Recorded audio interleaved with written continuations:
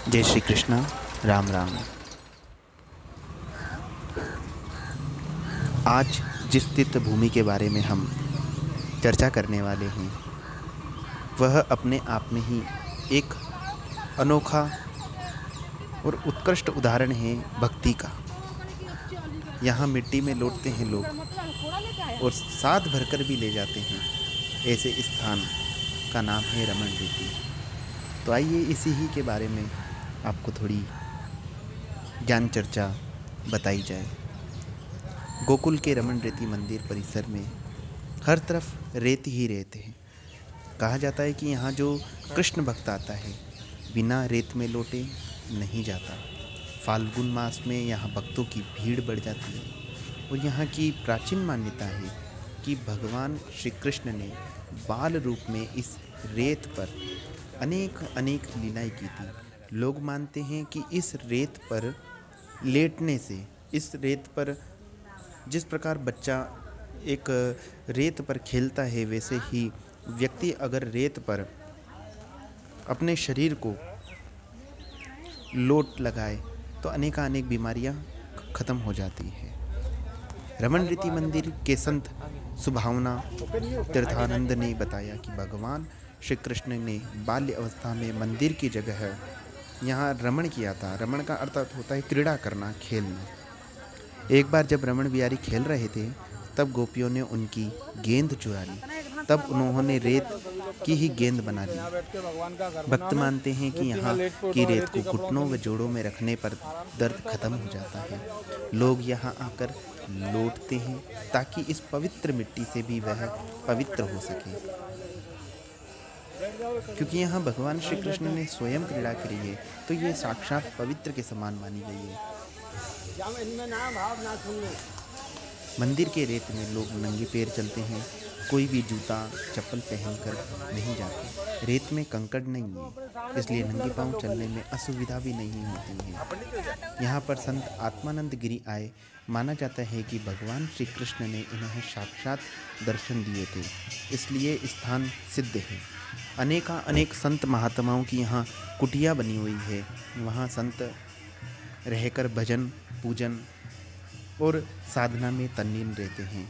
प्राचीन उपासना पद्धति यहाँ आज भी देखने को मिलती है और प्राचीन परंपरा यहाँ आज भी विद्यमान है। कहा जाता है कि अनेक भक्त यहाँ आए और उन्होंने बताया, जैसे पूना से आए त्रिलोक चंद्र शर्मा ने बताया कि उनके घुटने में दर्द रहता था। वे ऐसे अपने दोस्तों के साथ यहाँ आए। रेत को पैरों पर रखकर 1 घंटे तक त्रिलोक चंद्र जी बैठे रहे। उन्होंने कहा पिछले साल ऐसा करने से पैरों का दर्द दूर हो गया। ऐसे अनेक उदाहरण हमें यहाँ रमण रेती में देखने को मिलते हैं। तो आप सभी ही भक्तों से यही प्रार्थना है, आप सभी ही सज्जनों से यही प्रार्थना है कि जब भी आप वृंदावन की तीर्थ भूमि पर दर्शन के लिए आए तो गोकुल के इस रमण रेती आश्रम पर आप जरूर आइए। क्योंकि कहा जाता है कि प्राचीन मान्यता से ओतप्रोत यह स्थान है। यहाँ आने से आपको एक आत्मानंद की प्राप्ति होगी, प्रबुद्धानंद की प्राप्ति होगी और जीवन में स्वतः ही जिस प्रकार कहते हैं कि शरद में आलाप लगाया जाता है और आलाप लगाने के पश्चात आग को कहा नहीं जाता है कि हमें उष्णता दीजिए, हमें ताप दीजिए, वैसे ही स्वतः ही ताप मिलने लग जाता है।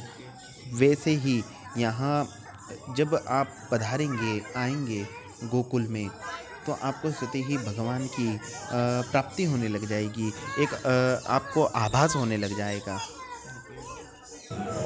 क्योंकि इस कुटिया में अंदर धंसने की, रहने की और इसे अपना बनाने की चेष्टा करते हो कि कुटिया मेरी है। नहीं, अरे तुम तो फतेहपुर में रहते हो, तुम तो फतेहपुर में रहते हो, तुम तो बिसाऊ में रहते हो, तुम बंबई में रहते हो, तो क्या बंबई हो गया क्या? तुम बंबई में रहते हो तो क्या बंबई हो गया?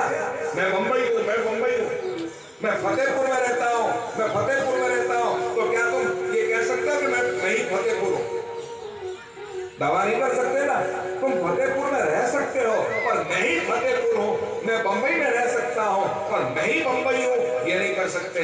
इसी तरह से मैं शरीर में रहता हूँ, मैं शरीर नहीं हूँ, मैं तो शरीर से अलग हूँ, मैं तो किराएदार हूँ, ये तो मालिक की कुटिया है। पर तुम इसमें क्यों दावा करते हो?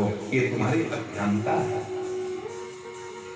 तुरंत उसी वक्त राजा को बोध हो गया सुखदेव जी की दिव्य वाणी सुन करके और कहा कि अब मुझे किसी तरह का भय नहीं है, बस मन बुद्धि चित्त परमात्मा के श्री चरणों में लगाकर एकाग्र भाव से भगवान के ध्यान में रत हो गया और सूक्ष्म शरीर जो है भगवान में विलय करते हुए अनुसंधान करते हुए मन बुद्धि चित्त से परमात्मा का स्मरण करने लगे।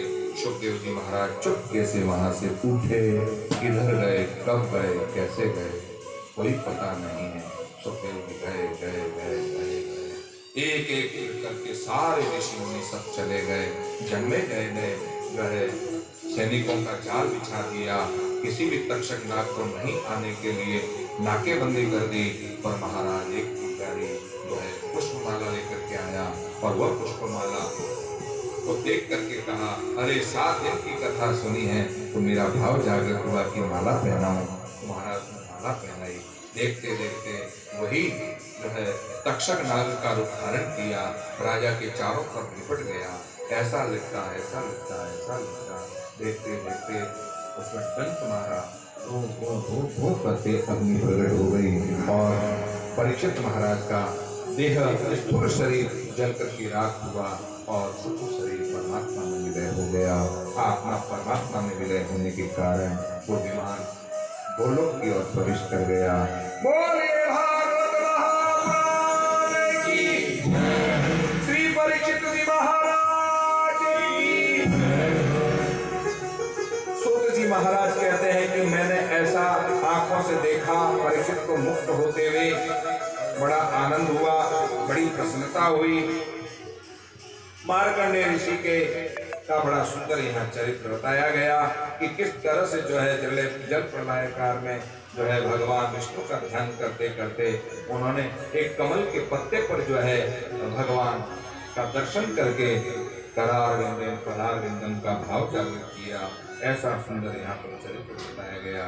पुराणों की संख्या का वर्णन किया और भागवत के अंतिम जो है श्लोकों का बड़ा सुंदर वर्णन करते हुए कहते हैं कि देखो, पहला स्कंद ये अधिकार लीला है, दूसरा स्कंद साधन लीला है, तीसरा स्कंद सर्व लीला है, चौथा स्कंद विसर्ग लीला है, पांचवा स्कंद स्थान लीला है और छठा स्कंद जो है छठा स्कंद पोषण लीला है, सातवां स्कंद ऊटी लीला है, आठवां स्कंद मनवंतर लीला है, नौवां स्कंद ईशानु कथा लीला है, 10वां स्कंद निरोध लीला है और 11वां स्कंद मुक्ति लीला है और 12वां स्कंद आश्रय लीला है।